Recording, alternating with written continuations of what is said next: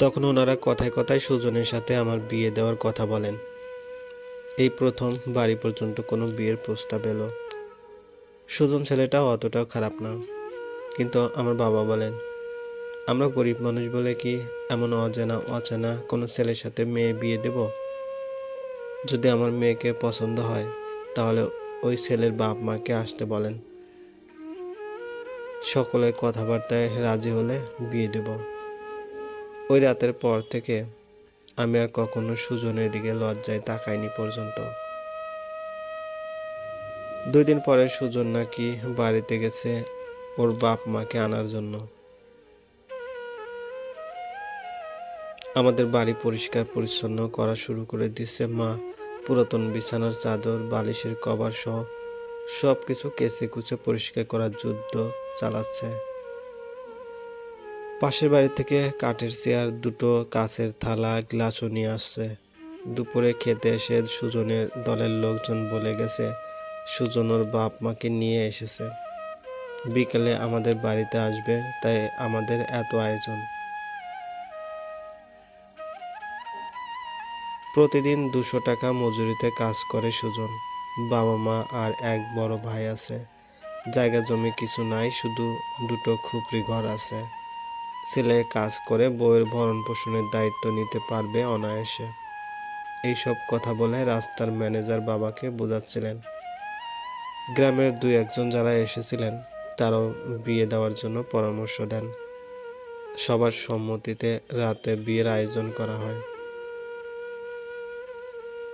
যেহেতু আমাদের বাড়িতে সব সময় অভাব অনটন লেগেই থাকে, তাই পাড়া প্রতিবেশীরা যে যার মতো 2-1 কেজি করে চাল এবং ময় মশলা নিয়ে এসে হাতাহাতি করে রান্না এবং অন্যান্য কাজ করতে শুরু করে।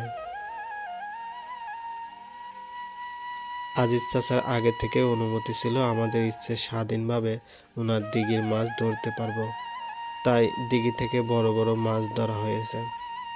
বাড়িতে মুরগি ছিল, সেগুলো জবাই দেওয়া হয়েছে। এত অল্প সময়ের মধ্যে বাড়ির পরিবেশ পাল্টে গেছে। সবাই কত আনন্দ করছে।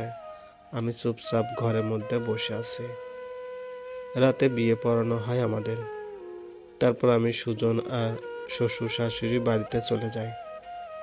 যেহেতু নিজের বাপের বাড়ি বলে কিছু নাই, তাই বরের ঘর বাড়ি নিয়ে তেমন মাথা ঘামালাম না। আখের পাতা আর পাটকাঠি মিশানো পাতলা বেড়ার ফাঁক দিয়ে বাইরের সব কিছু দেখা যায়। ঘরে একটা বাঁশের মাচং পাতা, আধা পুরাতন কাঁথার উপর ময়লা কাবার ছাড়া 2টো বালিশ। একটু নড়াচড়া করলেই মাচঙের কেমন ঘ্যাস ঘ্যাস শব্দ হচ্ছে। ঘরের এক কোনায় কয়েকটি হাঁড়ি পাতিল। শ্বশুর শাশুড়ির পাশের ঘরে কি বলে না বলে সব কিছু আমি শুনতে পাচ্ছি। এমনকি তাদের হাঁটা চলার শব্দ স্পষ্ট বুঝতে পারছি। তার মানে আমাদের কথাও ওনারা শুনতে পাবেন। একটু পরে সুজন ঘরে ঢুকে দরজাতে যে চাটাই দেওয়া হয় সেই বাঁশের লাঠি দিয়ে আটকিয়ে দিল। জীবনের প্রথম কোনো পুরুষ মানুষের সাথে ঘুমাতে হবে। এর আগে অনেকেই অনাকাঙ্ক্ষিতভাবে আমাকে স্পর্শ করলেও এই প্রথম নিজ ইচ্ছাতে বসে আছি বাসর ঘরে নামে এই খুপড়ি ঘরে। সুজন আমার পাশে বসতেই কেমন বিশ্রী গন্ধ লাগছে। কোনো রকম কথা ছাড়াই সরাসরি স্বামীর অধিকার আদায়ে ব্যস্ত হয়ে পড়ে। ভীষণ লজ্জা করছে আমার। পাশের ঘরে শ্বশুর শাশুড়ি আছে, তারা হয়তো এই মুহূর্তে কি হচ্ছে সেই শব্দগুলো শুনতে পাচ্ছে। কি আজব বিষয়, যে ছেলে এতদিন আমার সাথে তেমন কথাই বলেনি সে ছেলে আজ কেমন হিংস্র হয়ে গেছে। প্রচুর কষ্টের মধ্যেও টু শব্দ করলাম না আমি। রাতের মধ্যে কয়েকবার সুজন ওর এমন হিংস্র রূপ দেখিয়েছে আমাকে। বিয়ের পরে হয়তো সব পুরুষ মানুষ এমন আচরণ করে ভেবে দাঁতে দাঁত চেপে শুয়ে গেলাম সব। বাড়িতে কোনো কল বা পুকুর নাই, আর সুজন মরার মতো ঘুমিয়ে আছে। রোদ বের হয়েছে, তাও ঘুম ভাঙার কথা নাই। নাপাক শরীরে থাকতে বেশ উসখুস লাগছে, কিন্তু করার কিছুই নেই। সকালে শাশুড়িকে বললাম কি রান্না করব। তিনি বলেন আমি করব, তোমার কিছু করা লাগবে না, সুজনকে ডেকে তোলো। আমি ঘরে গিয়ে অনেক ডাকাডাকির পরে উনি উঠলেন, চোখগুলো লাল হয়ে আছে। উনি ঘুম থেকে ওঠার পরে আমাকে নিয়ে বাড়ি থেকে অনেক দূরে একটা পুকুরে গেলেন। ওখানেই নাকি আমাদের বাড়ির সবাই গোসল করে আর পাশের বাড়ি থেকে পানি এনে রান্নাবান্না ও খাওয়া দাওয়া করে। প্রথম দিন বলে আমাকে পানি আনতে দেওয়া হয়নি, কিন্তু পরের দিন শাশুড়ির সাথে করে নিয়ে গিয়ে আমাকে দেখিয়ে দিয়েছেন এবং পরিচয় করিয়ে দিলেন। ওই বাড়িতে 2 দিন ছিলাম, কিন্তু সুজনের বড় ভাইয়ের সাথে দেখা হয়নি। যেহেতু আমাদের এখানে রাস্তার কাজ এখনো শেষ হয়নি, তাই আমি আর সুজন এখানে চলে আসি আর কাজ শেষ না হওয়া পর্যন্ত এখানেই থাকবো। এই 2 দিনে আমি বুঝতে পারছি সুজনের প্রতি রাতে নেশা করে। যদিও এখনো সুজনকে আমি এ বিষয়ে কিছু বলিনি, তবে বলবো মনে মনে ভাবছি। এখানে আসার পরে সুজনের সাথে থাকার কোনো সুযোগ হয়নি। যেখানে আমাদের থাকার জায়গা নাই, সেখানে আমাকে আর সুজনকে একটা ঘরে রাখাটা বিলাসিতা ছাড়া অন্য কিছুই না। রাস্তার লোকজন খেতে এসে যে যার মতো ফাজলামোর স্বরে আমাকে যা ইচ্ছে বলে। আজ সুজনের সামনে একটা ছেলে বলল, ভাইয়ের বউ মানে আমাদের অর্ধেক বউ। ভাই না পারলে আমাদের বলো, আমরা বাকি কাজ করে দেব। এমন কথা শুনে আমার রাগ হচ্ছে, অথচ সুজন ওদের সাথে হেসে হেসে কথা বলছে, যেন কিছুই বলেনি তারা। আরেকদিন তো 2 জন মানুষের সামনে সুজন আমাকে জড়িয়ে ধরে চুমু দিল। কোনো রকম সুজনকে ঠেলে আমি চলে আসছি। হয়তো বিয়ের পরে বউকে চোখের সামনে দেখেও দূরে থাকার যন্ত্রণা সহ্য করতে পারছে না, তাই এমন কিছু করেছে ভেবে নিজের রাগকে চেপে রাখলাম। রাস্তার কাজ আর কিছুদিন হলে শেষ হবে, কিন্তু সুজন আমাকে নিয়ে ওর বাড়িতে চলে এসেছে। এখানে আসার পরে আরেক ঝামেলা শুরু। সুজনের বড় ভাইয়ের আগের 3 বউ চলে গেছে। ওনার চরিত্রের দোষ আছে। ওনার তাকানো দেখে বুঝতে পারি আমাকে উনি কোন দৃষ্টিতে দেখেন। প্রায় 1 মাস হলো আমাদের বিয়ের, কিন্তু এখনো সুজন আমাকে কোনো জামা কাপড় দেয়নি। বাপের বাড়ি আধা পুরাতন জামা কাপড় ব্যবহার করি। শ্বশুর ভ্যান গাড়ি চালিয়ে মাঝে মাঝে মাছ তরকারি কিনে। সুজনের যা ইনকাম হয় সব নেশার পিছনে শেষ করে। প্রতিদিন নেশা করে সে আমার উপরে অত্যাচার চালায়। অনেকবার নেশা ছাড়ার জন্য বুঝিয়েছি, কিন্তু তাতে কোনো কাজ হয়নি। যে বাড়িতে পানি নিতে যাই, ওই বাড়ির ছেলে কলেজে পড়ে, আমাকে ভাবি ভাবি করে ডাকে। একদিন পানি নিতে গেছি আর অমনি বাড়ির গেট বন্ধ করে দিয়ে আমাকে বলে, আজ বাড়িতে কেউ নাই ভাবি, তোমাকে হেব্বি হট লাগে। মাঝে মাঝে আমাকে তুমি খুশি করবে, তাহলে আমিও তোমাকে খুশি করব। এইসব বলে আমার দিকে এগিয়ে আসতেই আমি কলপারে ধাক্কা দিয়ে ফেলে দেই, তারপর দৌড়ে বাইরে চলে আসি। রাতে মাতাল অবস্থায় সুজন বাড়ি ফিরলে তাকে এইসব কথা বলি। মাতাল অবস্থায় কথাগুলো অর্থ বুঝলো নাকি জানি না, তবে কোনো কথা বলেনি এই বিষয়ে।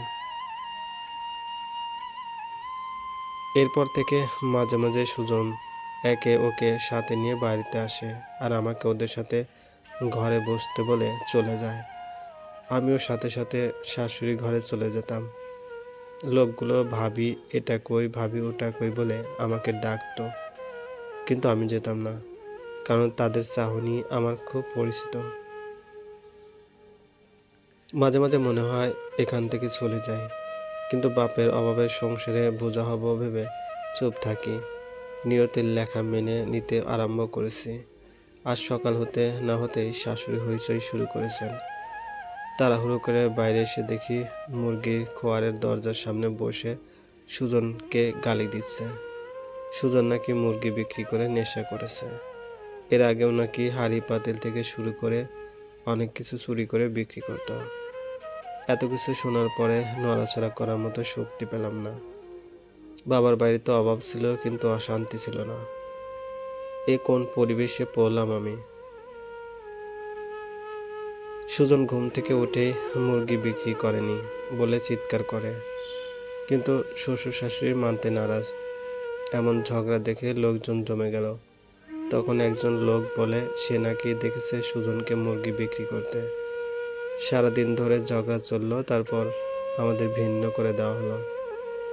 একজন নেশাখোর চোরের বউ পরিচয়ে বাঁচতে হবে বাকিটা জীবন। আমি আশেপাশের বাড়িতে কাজ করে কোনো রকম দিন পার করতে থাকি। সুজন একদিন বাজার করলে 1 মাস বাজার করে না। বাজার করার কথা বললেই গায়ে হাত তোলে। নেশার টাকা জোগাড় করার জন্য ঘরের ছোটখাটো জিনিসপত্র চুরি করে বিক্রি করত। যেহেতু চুরির অভ্যাস আছে, তাই আমি কখনো সুজনকে বাপের বাড়িতে নিয়ে আসতাম না। সুজনের এলাকার বাজারে একটা হোটেলে আমার খালু কাজ করতেন। 2 দিন থেকে সুজন বাড়িতে আসেনি। হঠাৎ আজ সকালে খালু আমাদের বাড়িতে এসে বলল, সুজন নাকি খালুর দোকানে গিয়ে বলেছে আমি আর আসমানি ওর বাপের বাড়ি যাব, কিন্তু ভ্যান পাচ্ছি না। যদি আপনার সাইকেল দিতেন তাহলে আসমানিকে রেখে যাওয়ার সময় আপনাকে সাইকেল ফেরত দিয়ে যেতাম। খালু সরল মনে সুজনকে সাইকেল দিয়েছেন, কিন্তু সুজনের মন ততটাও সরল না, তাই সে 2 দিন থেকে গায়েব। খালু গ্রামের প্রামাণিকের কাছে বিচার দেন। বিচারে সুজনকে অনেক মারার পরে স্বীকার করে সাইকেল বিক্রি করে অনেক টাকা ধার দেনা ছিল সেগুলো শোধ করেছে, আর বাকি টাকা দিয়ে নেশা করেছে। খালু নিজেও গরিব মানুষ। বাড়ি থেকে এত দূরে কাজ করতে আসতে তার অনেক টাকা ভাড়া লাগে, তাই সাইকেল নিয়েছিলেন। আমার খালুর দেওয়া বিচারে সুজনকে মেরেছিল বলে শাশুড়ি আর আমাকে দেখতে পারে না। কথায় কথায় ঝগড়া করে, ভালো মন্দ কথা লাগিয়ে সুজনকে দিয়ে মায়ের খাইয়ে নেয়। আজ 2 দিন ধরে শাশুড়ি তার ভাইয়ের বাড়ি গেছে, সাথে শ্বশুরকেও নিয়ে গেছেন। এই সুযোগে গভীর রাতে সুজন একজন লোককে সাথে নিয়ে বাড়িতে ফিরে। তারপর ওনাকে ঘরে রেখে টয়লেটে যাওয়ার অজুহাতে বাইরে চলে যায়, আর অমনি ওই লোক ঘরের চাটায় আটকে চলবে। এই গল্পের বাকি পর্বের লিঙ্ক ডেসক্রিপশনে পাবেন।